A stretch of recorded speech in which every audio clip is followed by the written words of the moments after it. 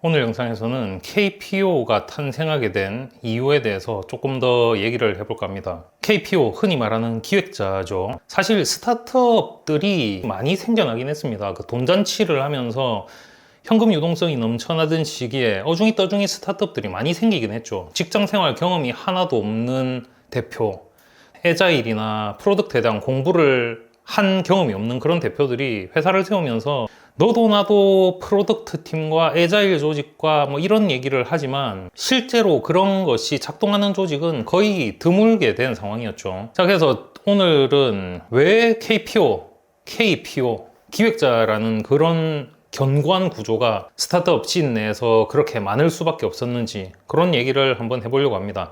자, 먼저 PM이랑 PO에 대해서 차이를 좀 생각을 해보면요.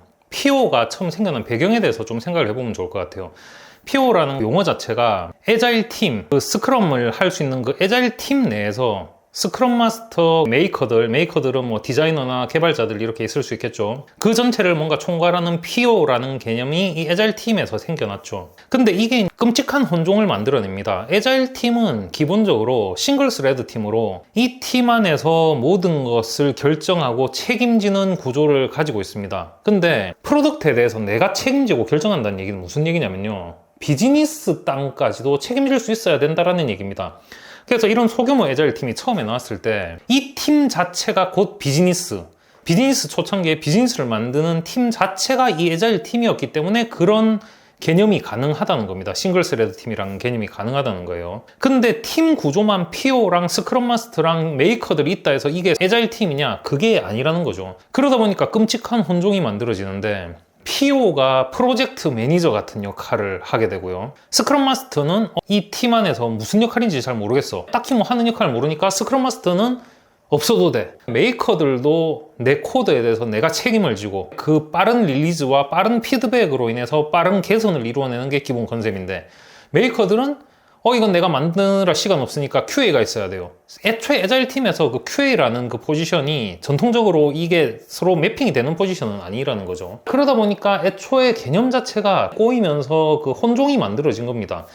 비즈니스에 대한 전반적인 책임을 지는 이 완벽한 싱글 스레드 팀이 애자일 팀이라서 그 안에서 PO가 비즈니스 결정과 프로덕트에 대한 우선순위 결정을 내려야 되고 메이커들도 이 프로덕트 아니면 난 큰일 나. 비즈니스에 대해서 책임을 져야 돼 라고 하면서 프로덕트를 만들고 QA 과정까지도 철저하게 책임을 져야 되는 이 팀이 한국의 이제 스타트업 씬에 도입되면서 이상한 변화를 겪게 된다는 거죠. 그러다 보니까 이제 어떤 문제가 생기냐면 PM은 프로덕트 매니저는 제가 늘 얘기하지만 조금 더 큰 개념입니다. 그럼 큰 개념이라는 게 무슨 얘기인지 다시 한번 설명해 볼게요. 프로덕트 매니저, 프로덕트 오너 이러니까 사람들이 느낌상 어떤 느낌을 갖냐면 프로덕트에 가까운 역할이라는 생각을 하게 됩니다. 근데 프로덕트라는 것도 우리가 약간 추상적인 영역에서의 프로덕트가 있고 실제적인 영역에서의 프로덕트가 있을 거예요. 그게 무슨 얘기냐면 추상적인 영역에서의 프로덕트는 우리의 비즈니스 골을 달성하기 위한 수단, 도구가 되는 실체로서의 프로덕트입니다. 그러니까 비즈니스 목표, 비즈니스를 실현시켜줄 어떤 실체가 프로덕트인 거고요.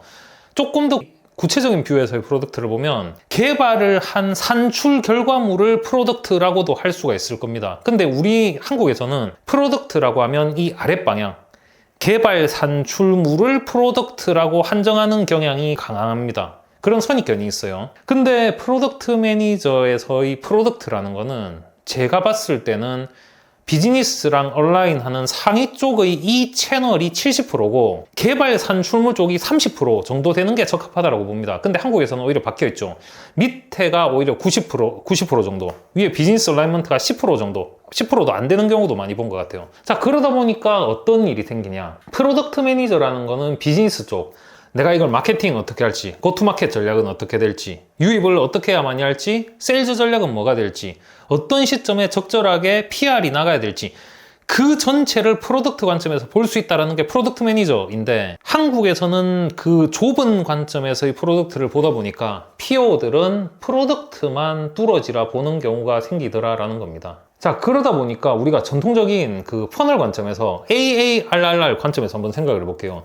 유입, 어퀴지션, 유입이 잘 돼야 되고 액티베이션, 사용자들이 원활하게 활성화되고 온보딩 과정을 거칠 수 있고 그 안에서 매력적인 기능들이 유료화가 돼서 레비뉴, 수익을 낼 수 있고 리텐션, 기능이 좋으니까 당연히 사용자들이 계속해서 쓰게 될 거고, 기능이 좋아서 다른 사람한테 추천하고 바이럴 될 수 있고, 이 전체가 프로덕트 사이클로 돌아야 되는데, 지금 KPO들이 보고 있는 거기는 사실 할 수 있는 게 별로 없습니다. 왜냐면 피처 레벨로 그냥 기능 이거 어떻게 하면은 조금 더 좋아질 거야 하면서 이제 그 보고 있는 게 레비뉴 측면이나 리텐션 측면에서 큰 도움이 안 된다라는 겁니다. 그게 무슨 얘기냐면요, 보통 PO 세션 같은 거, PO 세미나 이런 거 하면 빠지지 않고 등장하는 주제가 있습니다. A/B 테스트죠. A/B 테스트를 하면은 왠지 그럴싸해 보이거든요. 내가 PO로서 뭔가 그럴싸한 실험을 하는 것 같고, 데이터를 보고 결정을 내리는 것 같고, 데이터 드리븐 같은 느낌이 들고. 근데 A/B 테스트가 이 한계가 명확하다는 걸 아셔야 돼요. A/B 테스트를 쳐다보면 쳐다볼수록 국소적인 영역으로 빠져들 수밖에 없습니다. 예를 한번 들어볼게요. 서울에서 제주도까지 여행을 한다고 생각해 봅시다. 근데 우리가 기본적으로 생각했을 때는 서울에서 제주도까지 가려면 사람들은 공항에 가서 제주도 가는 비행기를 탈 거야. 아니면은 KTX를 타고 부산으로 내려갈 거야. 부산에서 배를 갈아탈 거야. 이런 큰 관점의 선택들이 있고, 그 선택들은 고객들이 어떤 부분에서 여행에서 불편을 느끼는지, 그 불편함으로 인해서 어떤 선택을 했는지, 그 선택에 따른 결과물이 어떤 경로가 최적인지, 비용은 어떤 것이 최적인지, 이런 밸류 프로포지션 관점에 따라서 큰 그림이 정해져야 될 거거든요. 근데 이제 우리의 KPO들은 이런 큰 그림, 큰 관점에 고민을 잘 하지 않습니다. 뭐 PRD를 적건 뭐 문서를 적건 간에 피처 레벨에서 고민하고 A/B 테스트를 진행하고 이런 거에 꽂혀 있어요. 말 그대로 큰 그림이 안 돼 있는데 국소적인 거에 꽂혀 있다라는 얘기입니다. 자, 초반에 잘못된 결정을 했다 쳐요. 비행기를 타고 제주도 가는 게 훨씬 더 가치를 줄 수 있고 편한 선택인데, 초반 잘못된 선택으로 자동차를 타고 이 여행객들이 부산까지 가고 배를 탄다는 결정이 내려졌다 칩시다. 근데 그런 잘못된 결정에는 초반에 고객 리서치나 고객 세그멘테이션이나 이런 데 대한 철저한 그 조사나 철학이 없었기 때문에 이런 일이 생겼을 거거든요. 근데 그 과정에서 PO들이, KPO들이 이제 A/B 테스트를 진행하죠. 자, 그럼 이런 겁니다. 고속도로를 달리는데 커브를 틀 때 일자 무늬 타이어가 커브 트는데 좋았는지, 빗살 무늬 타이어가 커브 트는데 좋았는지 A/B 테스트를 돌려보는 거예요.